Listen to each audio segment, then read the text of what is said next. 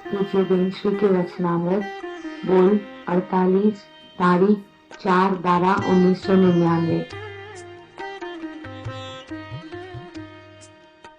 नमो अर्यंताणम नमो सिद्धाणम नमो आयर्याणम नमो उवज्जायाणम नमो लोये सवसावणम नमो समय साराय स्वानुभूत्या चकास्ते चित्त स्वभावाय भावाय सर्वभावांतरचिले मंगलम भगवान वीरो मंगलम गौतमो गणि मंगलम कुंद कुंदार्यो जैन धर्मोस्तु मंगलम सर्व मंगल मांगल्यम सर्व कल्याण कारकम प्रधानम सर्वधर्माणम जैनम जयतु शासनम ओंकार बिंदु संयुक्तम नित्यम ध्यायन्ति योगिनो कामदम मोक्षदम चैव ओंकाराय नमो नमः।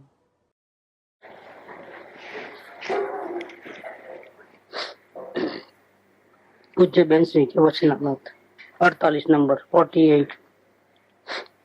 વિકલ્પમાં પૂરેપૂરું દુઃખ લાગવું જોઈએ। વિકલ્પમાં જરા પણ શાંતિ અને સુખ નથી એમ જીવને અંદરથી લાગવું જોઈએ। એક વિકલ્પમાં દુઃખ લાગે છે અને બીજા મંદ વિકલ્પમાં શાંતિ મનાઈ જાય છે, પણ વિકલ્પ માત્રમાં તીવ્ર દુઃખ લાગે तो अंदर मार्ग मळ्या विना रहे नहीं। अनुभव किसको होता है? आत्मा का। इसकी बात चल रही है। बोलिए।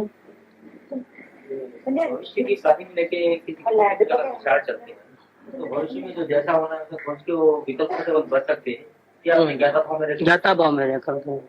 जैसा होने वाला सो तो अंधेरे में गोली मारी। हाँ। और ज्ञाता भाव में रहा तो हमने खुद पुरुषार्थ किया कि हम कल्पना के आधार पर नहीं। विकल्पों से नहीं बच सकते, विकल्प भी आएंगे और जो होने वाला वो होगा भी।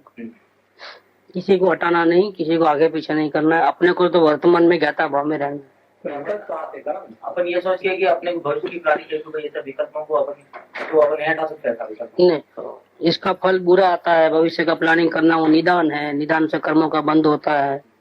ये सब हमको जानकारी मिलती है शास्त्रों के द्वारा, लेकिन वो ज्ञानी की वाणी में। तो ज्ञानी का वचन ऐसा है कि जो जितना एक सेकंड बाद का भी विकल्प करेगा, प्लानिंग करेगा, तो कर्म बंधन होगा, फंसते चले जाएगा। विचार करना नहीं, विचार करना नहीं। ज्ञानी ऐसा कहे हैं, ज्ञानी ने अपने अनुभव से और अपने भगवान की वाणी का आधार लेकर के ऐसा कहा। हमारा क्या कहा कि वर्तमान में तुम ज्ञाता दृष्टा भाव में रहो, तुम अपने आत्मा में ही रहो, उसको ही आराधना करो, इसकी सेवा चाकरी करो, जो भी करना है इसका ही दर्शन करते रहो। इसके छोड़ करके तुम भविष्य का एक सेकंड बाद का भी प्लानिंग करेगा तो जो कर्मों का बंधन होगा तुम चक्कर में फंसता चला जाएगा, छूटेगा नहीं। तो इसका मतलब फिर हम सुन करके ऐसा नहीं कि हमको अभी विकल्प को आने नहीं देना है। हमारे दिमाग में ऐसा होता है अब एक भी विचार नहीं करना है, एक भी विचार नहीं करना। और विचार तो आते हैं, विचार आते ही हम रोकने का प्रयत्न करते हैं, अरे क्यों आया, ये सब गड़बड़ है। जो पहले जो बात जो बताई ज्ञानियों ने वो सुनना है, सुन करके ये समझना है कि अगर हमारे में भविष्य की प्लानिंग के विचार चल रहे हैं तो हम नुकसानी में चल रहे हैं, बस इतना ही। जैसे कि 1 लाख रुपया अगर कहीं से किसी के आ गए तो अपने को दिमाग में चलेगा कि 1 लाख रुपये का क्या करना होगा। हाँ, ऐसा सोचेंगे कि जो होने का जब ज्यादा लगेंगे और वैसा सोचना है या वो विचार आने के आएंगे। विचार तो आएंगे, विचार को रोकने का प्रयत्न वो बहुत बड़ा गलती है। प्रयत्न नहीं करना, अपनी ज्ञाता भाव में रहने का प्रयत्न, ज्ञाता भाव में रहने। ये हम लोग वो सुन करके कि तो बुरी बात है, भविष्य के विचार करना ही नहीं चाहिए, कर्म बंधन हो रहा है इसलिए नहीं करना है मुझे, ये सब गड़बड़ है।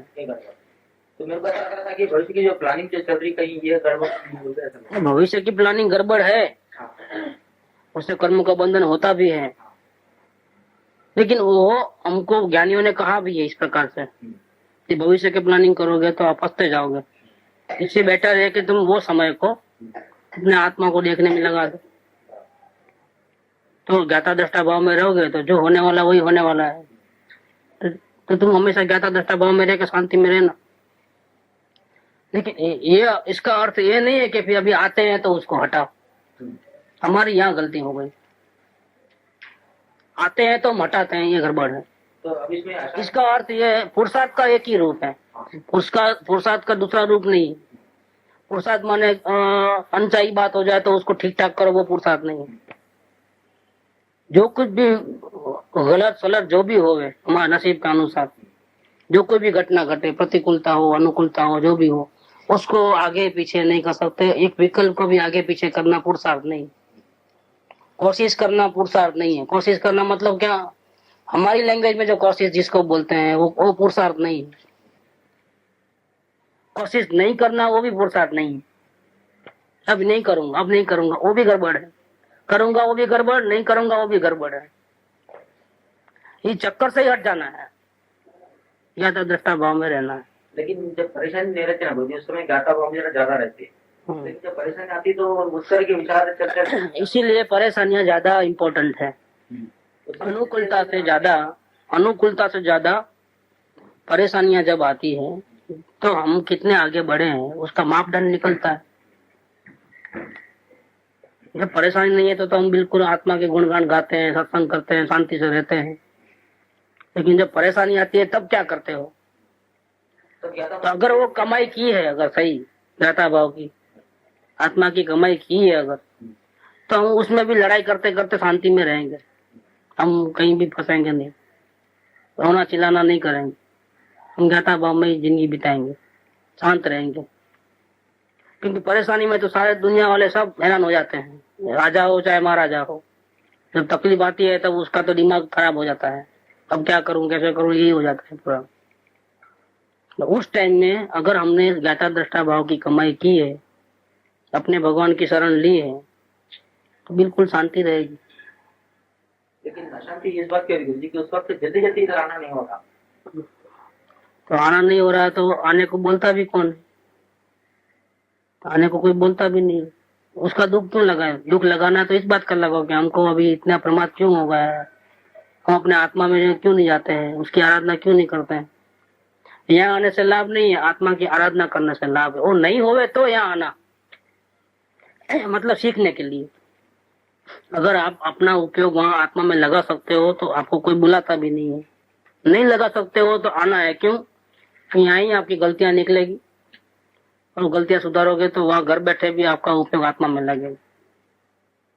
सत्संग आपको आत्मा में लेके जाने के लिए है, सत्संग की चाह रखने के लिए नहीं है। यहाँ नहीं आ रहे उसका दुख लग रहा है, लेकिन आत्मा में नहीं जा रहे उसका दुख नहीं लग रहा है, तो ठीक नहीं है। इस बात की जल्दी जल्दी अपनी आत्मा में आना नहीं हो रहा है तो फिर क्या करोगे? तो फिर सत्संग में आना कंपलसरी है। अगर हम अपने पैर पे नहीं चल सकते हैं, मार लगी है, तो फिर वो लकड़ी के सहारे चलना ही पड़ेगा, दूसरा कोई उपाय नहीं है।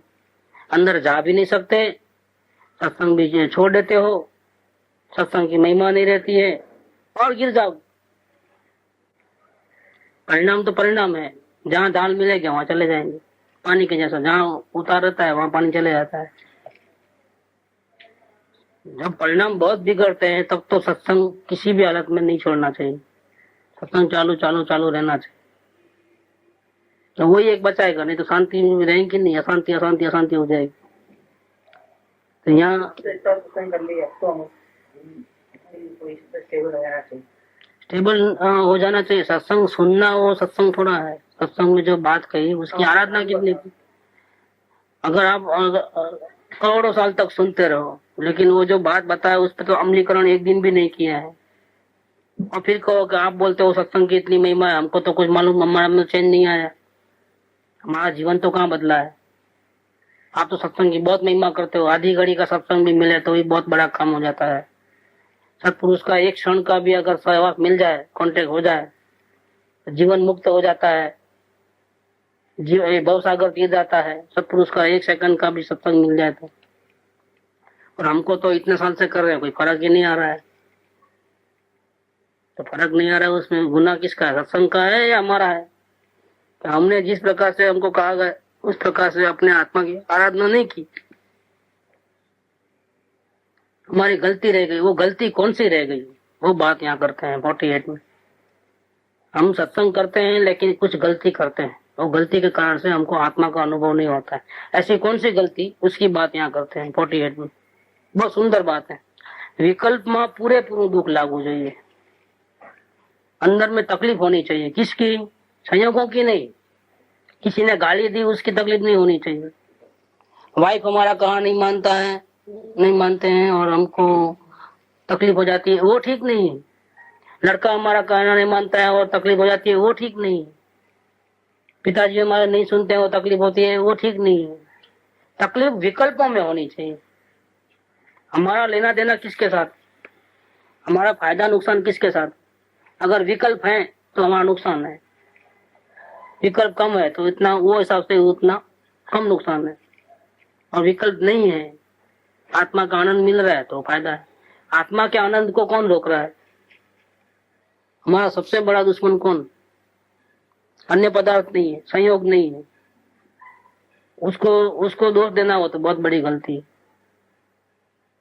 कोई संयोग दुख का कारण नहीं है, कोई परिस्थिति दुख का कारण नहीं. चाहे नरक जितनी वेदना हो जाए तो भी, नरक की हालत हो तो भी वो दुख का कारण नहीं है. हमारा दुश्मन भी दुख का कारण नहीं है. सारी दुनिया मिलकर के दुश्मन हो जाए तो भी हमारा कुछ नहीं बिगाड़ सकता. हमारा दुश्मन जो है हमने खड़ा किया है, वो विकल्प है. हमारी इच्छाएं हैं, हमारा राग है, पर पदार्थ का मोह है, अनुकूलता की चाहना है, हमारी कुछ अपेक्षाएं हैं, वो हमारा गड़बड़ है, यहाँ गड़बड़ है. तो विकल्प में दुख लगना चाहिए. विकल्प दुखदायी है. विकल्प आत्मा के आनंद को रोकने वाले हैं. इच्छाएं, वासनाएं, अपेक्षाएं, पर की आधार बुद्धि, ये करूं वो करूं ऐसा प्लानिंग, ये सारे जो विकल्प आते हैं, अपने हो चाहे पराये हो, दूसरों के हो, दूसरे के लिए हो या अपने लिए हो, अनुकूल अवस्था में हो चाहे प्रतिकूल अवस्था में, जो जो विकल्प चल रहे हैं दिन रात, अच्छे हो चाहे बुरे हो, भगवान की भक्ति के भी क्यों ना हो, क्या ये सारे के सारे विकल्प पाप के हो चाहे पुण्य के हो, नहीं भक्ति के परिणाम तो अच्छे हैं, उसमें तो अच्छा चल रहा हो, मर गया हो जी. सत्संग के दिन भर विचार रहे, गुरु जी के विचार रहे, ठीक नहीं है. ठीक वो विचार आना हो ठीक है, ठीक नहीं है. विचार आया और हमको अच्छा लगता है जो, वो ठीक, वो गड़बड़ वाला है मामला. क्या विचार तो आएंगे ही, अनुभव हुआ नहीं आत्मा का, ठीक. और संसार में कहीं फंसना नहीं है तो किसके विचार आएंगे? सत्संग के गुरु जी के विचार आएंगे ही आएंगे, भक्ति के विचार आएंगे. सारा दिन अंदर में भक्ति चल रही रहती है. वो विचार भी दुख का कारण नहीं है, लेकिन विचार आता है तब हमको वो विचार अच्छा लगता है, कुछ विचार हमको बुरा लगता है. ये जो हो रहा है ना, ये हमारे आनंद को रोकता है, आत्मा का आनंद नहीं होता. इसलिए विकल्प में दुख लगना चाहिए, संयोगों का दुख नहीं लगना चाहिए, दुश्मन का दुख नहीं लगना चाहिए. हमारी पामरता, हमारे में ज्ञान नहीं है, याद नहीं रहता है, उसका दुख नहीं लगना चाहिए. हमको बोलना नहीं आता है, हमारा व्यूज हम बराबर रख नहीं सकते हैं, हम समझ नहीं सकते हमको क्या प्रॉब्लम है, उसका दुख नहीं लगना चाहिए. हमको दुख तो वर्तमान में जो हमको अच्छे बुरे जो भाव हो रहे हैं, उसका दुख हमको लगना चाहिए. हम दुख लगना चाहिए एक बात का, तुम्हें गलत कर रहे हो विचार करके मत करो, ऐसा नहीं कहा. नहीं तो ऐसा बोलते कि देखो भी विकल्प हो रहे हैं ना, तुम्हारा नुकसान हो रहा है. नुकसान हो रहा है वो तो बोल रहे हैं विकल्प के कारण, आत्मा का आनंद रुक रहा है वो बोल रहे हैं. लेकिन क्या बोल रहे हैं? अब जल्दी से विकल्प को हटा दो, आने मत दो, ऐसा कहा? ऐसा नहीं कहा. क्या कहा? दुख लगना चाहिए, और उसमें नुकसान भाषित होना चाहिए. नहीं, विकल्प को आने नहीं देना है, ये तो खराब विकल्प है, अब मुझे वो नहीं करना है, और तुम्हारे हाथ की बात नहीं है. नुकसान पहुंचे देगा तो विकल्प कम हो खुद ब खुद नुकसान से बचने के लिए वो कहाँ जाएगा फिर? विकल्प में अगर नुकसान लगता है, अच्छे हो चाहे बुरे हो, तो उस नुकसान से बचने के लिए दूसरा विकल्प थोड़ा करेगा. और ऑटोमेटिक है, ऑटोमेटिक है. अंदर से अगर दुख लगा विकल्पों का तो रास्ता मिले बिना नहीं रहता है. हम कहीं संतोष मान के बैठे हैं तभी हम आगे नहीं बढ़ रहे हैं. भाई हमको ज्यादा इंटरेस्ट नहीं, वो बोले माल तो देखो आपके 2 पैसा मिलने का, हमको नहीं चाहिए, हमको उपाधि नहीं करना है, पेट भरा हुआ है, तो आगे नहीं बढ़ेगा. उसका लिमिट आ गया, भाई हमको तो जो है उसमें संतोष है हमारा. अभी हमको ज्यादा मगजमारी नहीं करना है, हमको नया नया एजेंसी लेना नहीं है, नया नया प्रोडक्ट नहीं रखना है, इतना रखो इतना ऊपर नहीं चाहिए।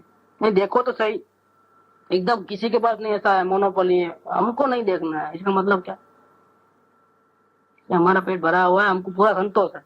संतोष वाला जीव फिर आगे नहीं बढ़ता है। ऐसे कुछ विकल्प के अंदर हमको अच्छा नहीं लगता है तो हम समझते हैं, देखो इसमें कहा है ना माता जी ने, विकल्प में दुख लगना चाहिए, हमको तो दुख लग रहा है तभी हमको हो जाना चाहिए। नहीं, ऐसा नहीं है। वो दुख में दुख में फर्क है। ये शर्त क्या है, अनुभव किसको होगा, जिसको विकल्प में दुख लगेगा उसको। और कुछ विकल्प है उसमें तो हमको दुख लगता है, वहां तो अच्छा भी नहीं लगता, एक सेकंड भी खड़े नहीं रहना है वहां पर। वो संयोग अच्छे नहीं लगते, उसका संग भी अच्छा नहीं लगता है जहाँ हमारे परिणाम खराब रहते हैं। उठा पटक ऐसा जीव बेचैन हो जाता है, अंदर से दुख लगता है। लेकिन कुछ विकल्प ऐसे हैं जहाँ हमको ऐसी बेचैनी नहीं होती है। कुछ प्रसंग ऐसे हैं, कुछ माहौल ऐसा है जहाँ हमको अंदर से रुचता है। तो जिसको किसी माहौल में तो अच्छा नहीं लगता है और किसी माहौल में अच्छा लगता है, इस प्रकार का जब है तो रास्ता भूला हुआ है, ये बात कहते हैं। किसी जीव में तो किसी विकल्प में तो दुख लगता है और किसी विकल्प में फिर इतना दुख नहीं लगता है, कम लगता है या संतोष आता है। ये बहुत बड़ी गड़बड़ हो जाती है, ये बहुत बड़ी गड़बड़ होती है। सारे के सारे विकल्प दुखदायी लगने चाहिए, सारे के सारे। रूटीन जो रोज के जो विकल्प है वो तो ठीक है, उसको नए विकल्प हम नहीं, हमारी तरफ से नहीं आए, ऐसे हमारी चॉइस किया, मतलब जो ठीक है वो गड़बड़ किया यहाँ पर, वो भी ठीक नहीं है। अच्छा तो अच्छा लगेगा, बुरा तो बुरा लगेगा। दोनों भी हमने चॉइस किया, कुछ विकल्प अच्छे है, कुछ विकल्प बुरे हैं, मजा आ रहा है। बस इसीलिए वो आगे नहीं बढ़ता है। आत्मा में रूटीन विकल्प में तो हमें कोई तकलीफ नहीं हो रही ना, यही बहुत बड़ा गुनाह है, यही बहुत बड़ा गुनाह है। इसलिए पुरुषार्थ रुक जाता है। बस चल रही है ना जिंदगी, हमारा जितना था उतना हमने अटेंड कर लिया, कुछ तो हमने हासिल किया। क्या अभी वो कैसा भी मोक्ष निश्चित है, अभी रहो शांति से, चलने दो गाड़ी, थोड़ा देर से पहुंचेंगे, क्या फर्क पड़ता है, इतना टेंशन लेने की क्या जरूरत है। ऐसा लेकर के जो प्रमाद आता है, और कुछ सिचुएशन में हम पुरुषार्थ के बिना रह जाते हैं। ऐसा गाड़ी चलने लगी slow slow slow slow slow, जल्दबाजी नहीं है। आप ही कहते हो जल्दबाजी नहीं करना। देखो आप इस जिनेश्वर के वचन, ज्ञानी के वचन का कहाँ कैसा मीनिंग लेना। जल्दबाजी नहीं करना मतलब सम्यक दर्शन की पर्याय होवे कि नहीं होवे उसका ध्यान नहीं रखना, तुम अपने आत्मा का ही ध्यान रखना, इसका नाम है जल्दबाजी नहीं करना। हर एक का उल्टा मीनिंग निकलेगा, हम सोचे ऐसा मीनिंग ही नहीं निकलेगा।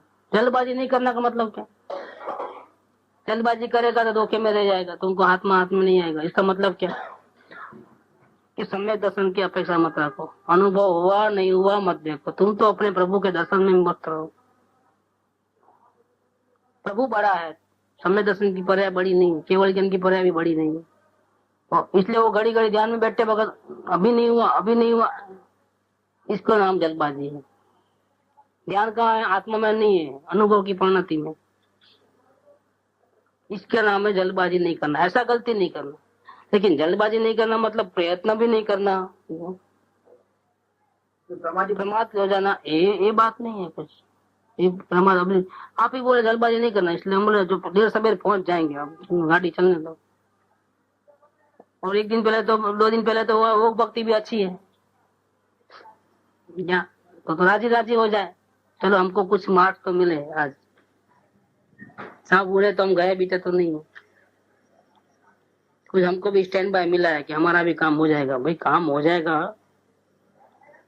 तो इसलिए क्या है कि सच्ची भक्ति आने के पहले वो भक्ति होती ही है सभी को, तो भूमिका का समर्थन है। वो भक्ति वाले सभी को हो जाएगा ऐसा नहीं है, वो ऑफिस पुरुषार्थ तो करना ही पड़ेगा आगे बढ़ने। लेकिन पोजीशन अच्छी लगती है, कुछ मार्क्स हमको स्टैंड बाय रखे तो अच्छा ऐसा लग जाता है, लेकिन वो ठीक नहीं। वो कोई इतना इसमें राजी होने की जरूरत नहीं है, कोई हमारा प्रयत्न चालू रहना चाहिए जब तक आत्मा का दर्शन नहीं होवे, और फिर इसके बाद भी जब तक परमात्मा नहीं होवे, पूर्ण वितरागता नहीं होवे, तब तक निरंतर पुरुषार्थ इसके बाद पूर्ण वितरागता होने के बाद, केवल ज्ञान होने के बाद जो पुरुषार्थ करना है वो ऑटोमेटिक होता है, क्योंकि अनंत शक्ति प्रकट हो गई है। तो परिणति में पूर्ण केवल ज्ञान हर समय में होते रहते, पूर्ण शांति आर्यन भगवान को, सिद्ध भगवान को होते रहती है। उसमें फिर हम जैसा प्रयत्न करते हैं ऐसा कोई प्रयत्न करने की जरूरत नहीं है, ऑटोमेटिक चलता है वो। तो उसको बोलते हैं परमात्मा का शरीर। जब तक तो प्रयत्न करना ही पड़ता है, लेकिन प्रयत्न होता नहीं है, करना है लेकिन होता नहीं है। तो क्या कारण है, ये बात बता रहे हैं। हम, हमारी कोशिश है, हमारा प्रयत्न, हमारा टेम्पो बिगड़ क्यों जाता है? हमारे परिणाम अच्छे होते हैं और फिर बिगड़ क्यों जाते हैं? एक शरीर के परिणाम क्यों नहीं रहते हैं? कभी अच्छे, कभी गिर जाने जैसा, कभी अभी ऑफिस अच्छे लगे, ऑफिस गिर गए, ऐसा क्यों होता है? एक धारा, हमारा प्रयत्न एक धारा ऊंचे ऊंचे ऊंचे ऊंचे जाना चाहिए, ऐसा क्यों नहीं होता है? इसका कारण बताया कि विकल्प में पूरे दुख लागू हो जाइए। विकल्प दुश्मन है, हमारे आत्मा की शांति को बाधा पहुंचाने वाला, रोकने वाला है। चाहे वो भगवान का विकल्प क्यों न हो, देवगुरु शास्त्र का विकल्प भी क्यों न हो, अरे आत्मा संबंधी विकल्प भी क्यों न हो, तमाम विकल्प, संसार के विकल्प तो दुखदायी है ही, कर्म बंधन करने वाले, लेकिन आत्मा का विकल्प, आत्मा ऐसा है वैसा है, ऐसा जो विकल्प है वो भी आत्मा की शांति को रोकने वाला है। देवगुरु शास्त्र का विकल्प भी आत्मा को रोकने वाला है। सत्संग में कही हुई बात जो है बार बार याद करना विकल्प में आता है, वो भी हमारी आत्मा की शांति को रोकने वाला है। अब क्या करना, वो नहीं करना, नहीं करना करने वाली बात नहीं है, ये हो रहा है ऐसा कुछ तो समझना कि हमारा नुकसान चालू है। तो पुरुषार्थ बढ़ाने के लिए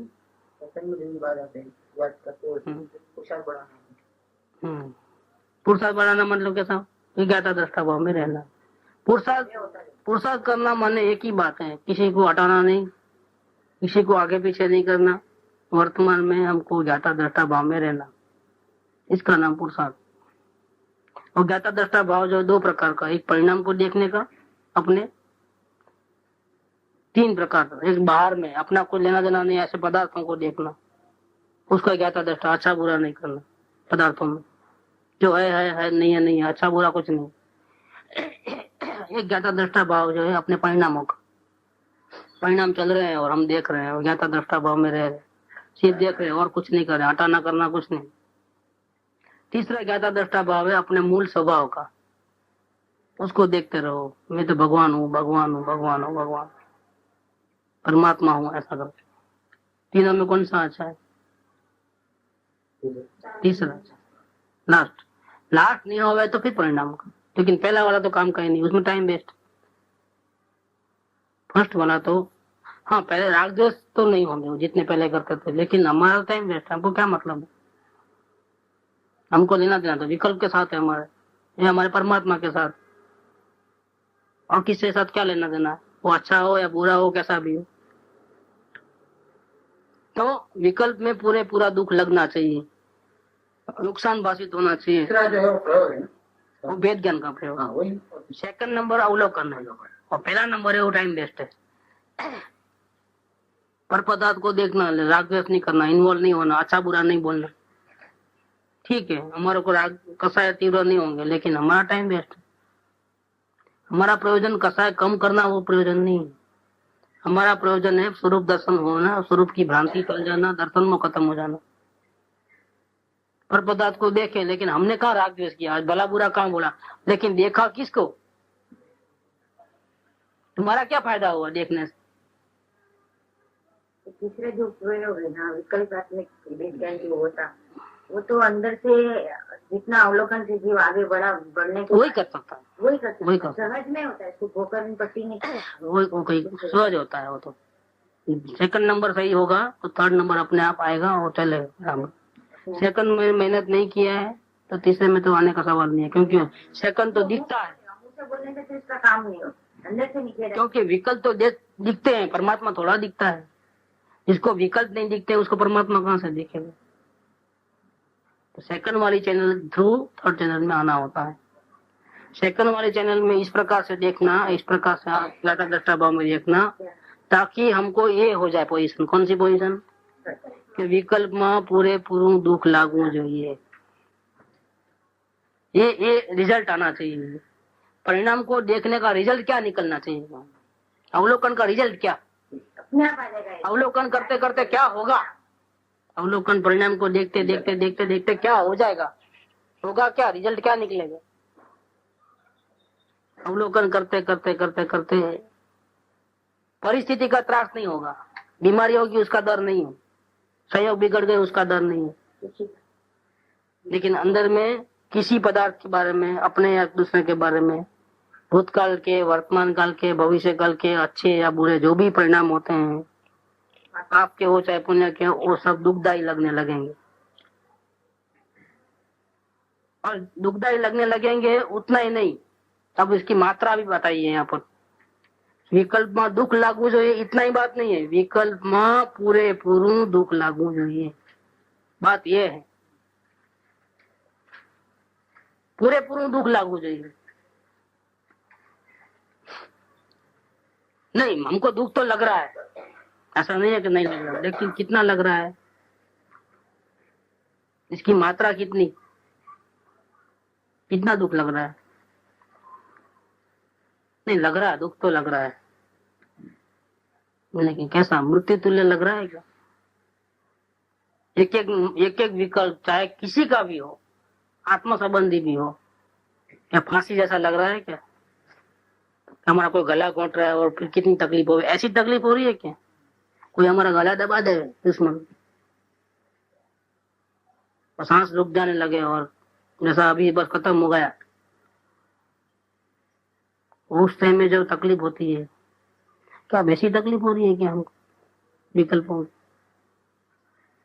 तो फिर अगर ऐसी तकलीफ नहीं होती है तो हमारा अवलोकन सही नहीं चल रहा है। अभी कम तकलीफ हो रही है तो अवलोकन चल रहा है, लेकिन अभी वो चरम सीमा पे नहीं पहुंचा है। अभी आपको वही अभ्यास चालू रखना है, विकल्पों को देखना देखना देखना देखना देखना देखना। और दुख लगेगा लगेगा लगेगा लगेगा लगेगा लगेगा, लेकिन आगे क्यों नहीं बढ़ रहे हैं? काम क्यों नहीं हो रहा है? कब तक अवलोकन करते रहना? जब तक पूरा दुख न लगे तब तक अवलोकन करना है संपूर्ण। ऐसा तकलीफ हो जाए कि आत्मा संबंधी विकल्प भी हमको लगे कि फांसी पे कोई लटका रहा है, हमारा गला घोंट रहा है हमारा, इतना तकलीफ हो जाए, बेचैनी बेचैनी बेचैनी, कहीं ठहरना नहीं हो। विकल्प में पूरेपूરું दुख लागू જોઈએ। विकल्प में जरा पण शांति और सुख नहीं। जब हमारे परिणाम में विकल्प होते हैं, कोई किसी भी प्रकार का विकल्प होता है, उस वक्त हमारे को थोड़ी भी शांति, अंश मात्र भी शांति या आनंद नहीं मिलता है, सुख नहीं मिलता है। ऐसा जीव को बुद्धि से नहीं लगना चाहिए, क्योंकि वो तो ज्ञानी के वचन पढ़ लिया, राग दुख का कारण है, पुण्य पाप आश्रय है, उससे बंधन होता है, ऐसा नहीं। वो अपने परिणाम में, वर्तमान दशा में हम जो भी पुण्य पाप के भाव करते हैं उसके ऊपर निरंतर नजर रहनी चाहिए, और वो दुखदायी लगने चाहिए, और उसमें भी मात्रा टॉप लेवल की होनी चाहिए, बहुत दुख लगना चाहिए। ऐसा अंदर से होना चाहिए, बुद्धि से नहीं होना चाहिए। सही बात है, आत्मा का दर्शन ही भव समुद्र से छुड़ाने वाला है। जब तक हम राग द्वेष करते रहेंगे, भले न पुण्य के भाव करेंगे, तो भी हमारा भाव भ्रमण मिटने वाला नहीं है। ऐसा हम मन के द्वारा सुनी सुनाई या पढ़ी पढ़ाई बात भी याद रख सकते हैं, वो काम की नहीं है, बोले उससे कुछ नहीं होगा। अंदर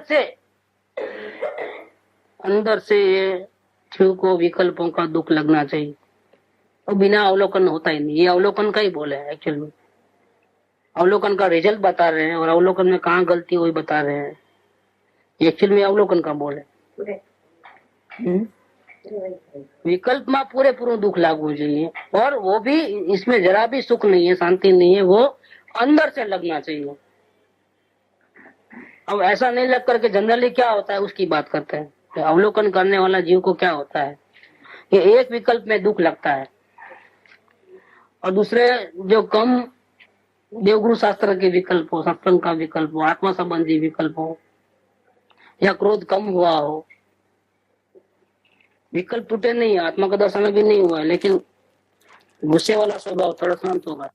लगे तो कुछ विकल्प जो पापमय विकल्प है उसमें दुख लगने लगा। क्रोध क्रोध के भाव देखा तो बहुत अशांति फील होने लगी, अंदर में तकलीफ होने लगी। लेकिन क्रोध शांत होगा तब जो विकल्प होता है उसमें तो हमको अच्छा लगने लगता है। बस यहाँ गड़बड़ शुरू हो गई, अवलोकन करने वाले की बात। तो कुछ तीव्र विकल्प होते हैं उसमें तो दुख लगता है, लेकिन दूसरे जो कई मंद विकल्प हैं उसमें हमको शांति जैसा लगता है। हाँ अब अच्छा है, शांति मनाई जाए से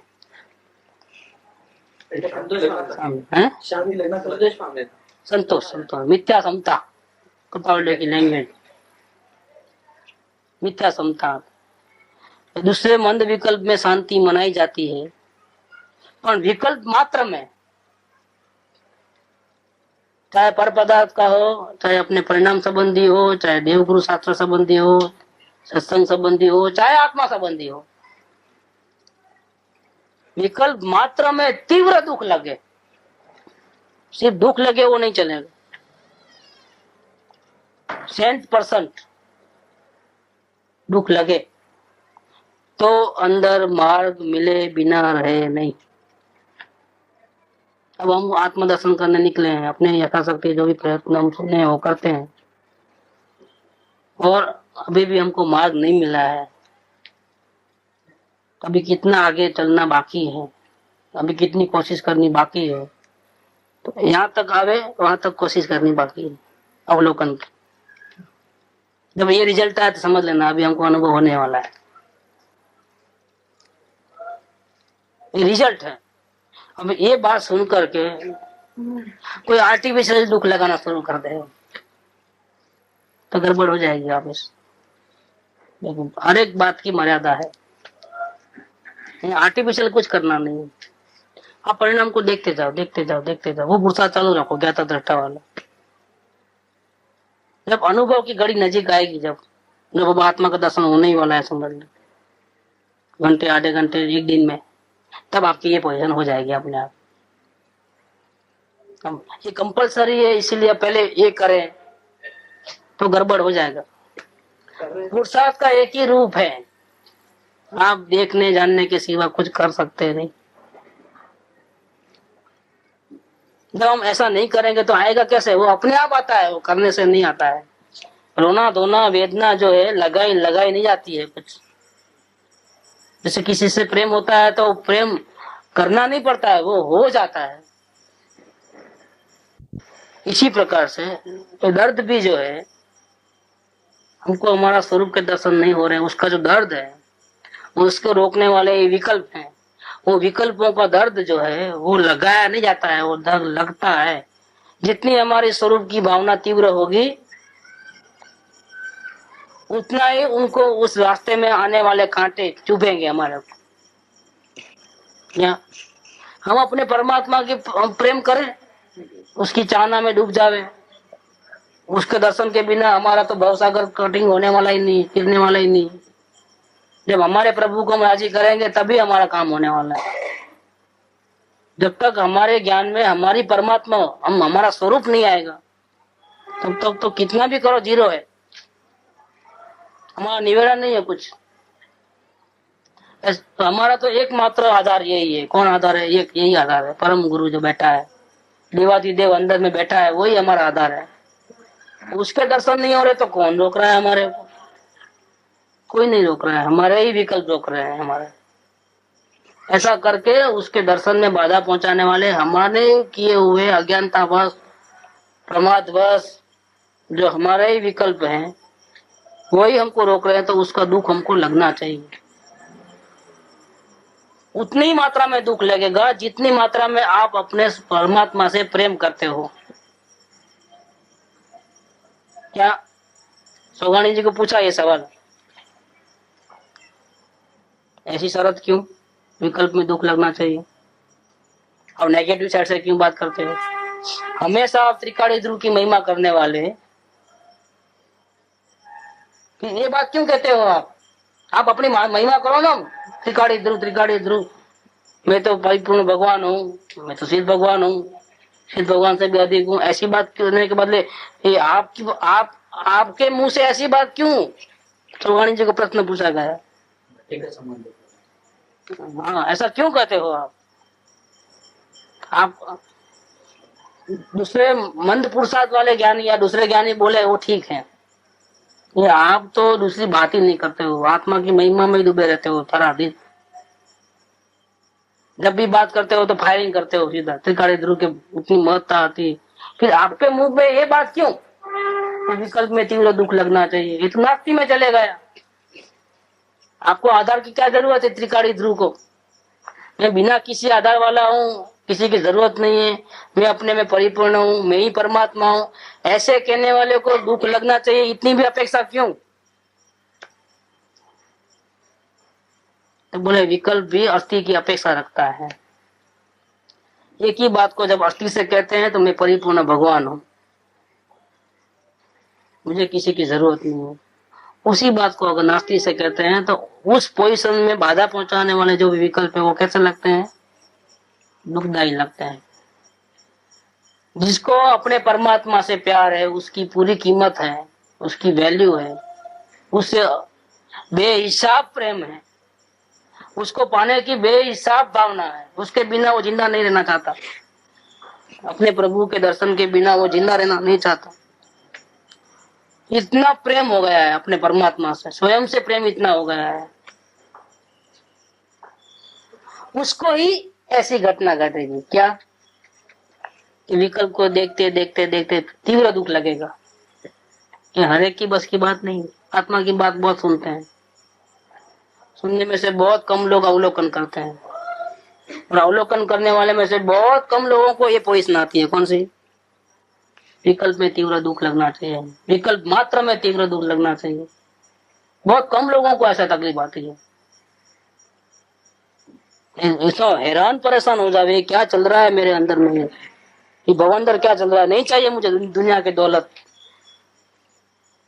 एक चीज भी मेरे को नहीं चाहिए, सब छोड़ने को तैयार हूँ, लेकिन मुझे शांति चाहिए, ये नहीं चाहिए भवंदर। ऐसा अगर हो जाए ना, एकदम थक हार जाए, एकदम बिल्कुल परमात्मा के दर्शन हो जाएंगे। उसी को ही परमात्मा मिलता है जो जगत में कहीं भी रहना नहीं चाहता है, किसी के सहारे रहना नहीं चाहता है, कोई उसका आधार नहीं है, अब सब आधार छूट गए हैं, अकेला तू ही सहारा है। ऐसा जब अंदर में भावना जगती है, प्रेम जगता है, उसको ही ये पोजीशन आती है। हर एक की बस की बात नहीं है। परमात्मा के दर्शन के लिए तपस्या करनी पड़ती है ना, तपस्या कैसी कठिन होती है। वो आता है ना कहानियों में, तो एक पांव पे खड़े रहा 12 साल तक, बिना खाए बिना पिए। अरे भाई ये वो बात नहीं है, ये बात है। एक पांव पे खड़ा रहा मतलब क्या? बात सही, एक पांव पे खड़ा मतलब कैसा है? फिजिकली नहीं, एक पांव पे खड़ा रहा मतलब दूसरी बात बीच में नहीं आई, एक ही धुन लगी, इसका नाम एक पांव पे खड़ा रहा। बिना खाए पिए मतलब क्या? कि खाया नहीं होगा पिया नहीं होगा, खाया भी होगा पिया भी होगा क्या? लेकिन उसको पता ही नहीं चला, क्योंकि उसके धुन में परमात्मा था। क्या खाया क्या पिया हमको कुछ मालूम नहीं, कब खाए कब नहीं खाए पता नहीं है, हम बेहोशी में चल रहे, क्यों? हमारा पूरा ध्यान हमारे परमात्मा में था। ऐसा एक पांव पे खड़े रह करके जंगल में 12.5 साल तपस्या की, तब भगवान प्रसन्न हुए क्या? ऐसी बातें आती हैं।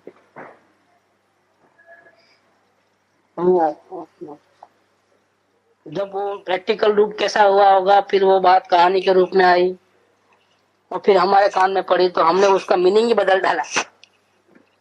जैसा कि वास्तव में कोई आदमी घर बार छोड़ करके जंगल में गया होगा, एक पांव पे खड़ा रहा होगा, भगवान भगवान भगवान राम राम राम राम राम बिना खाए पिए बोला होगा, ऐसा हमारे मगज में आ गया, दिमाग में। हम सही रूप नहीं समझे। इतनी तपस्या करने की जरूरत नहीं है क्या? ये तो 6 महीने की गारंटी है।